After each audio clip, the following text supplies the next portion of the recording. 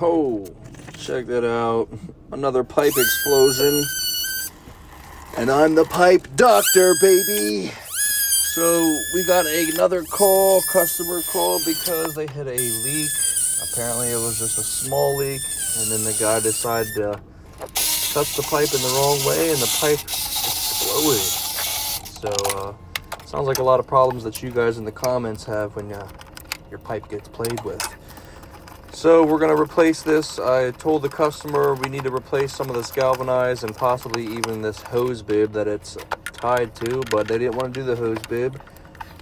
They wanted to just get rid of the galvanized. So I said, hey, have no fear. I have a solution for you, baby.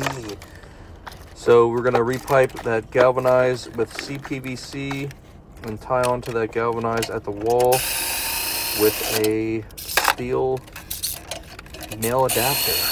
So we're going to cut this out and fix the main issue that they called for, which is that CPVC male adapter. And yeah, and I already know in the comments, oh my god, that pipe looks a bit cockeyed.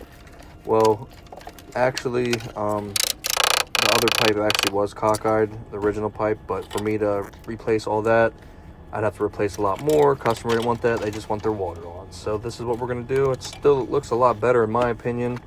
And yeah, so that's what we're going to do, baby. Most of this house was ran in CPVC. I guess they got some work done prior to buying the house. It was like a flip or something, I don't know. But we're going to put this together with what we got and make it look pretty good. So that looks not that bad, and it's probably gonna last a lot longer than that galvanized that was in there that's probably 100 years old.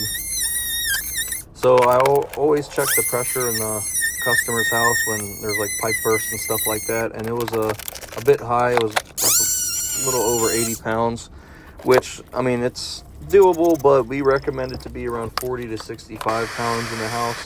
And check this out, you guys, me using a torch.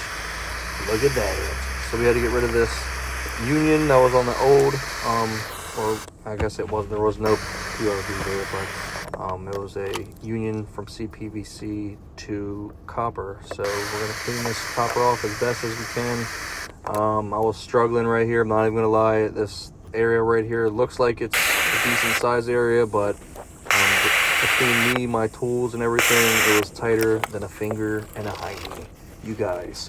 So we're gonna clean this off as best as we can. I even tried doing this guy, which actually it did help, but it was just such a small area.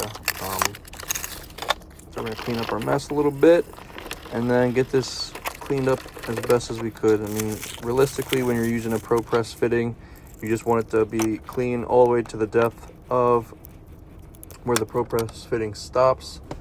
So that's what we did.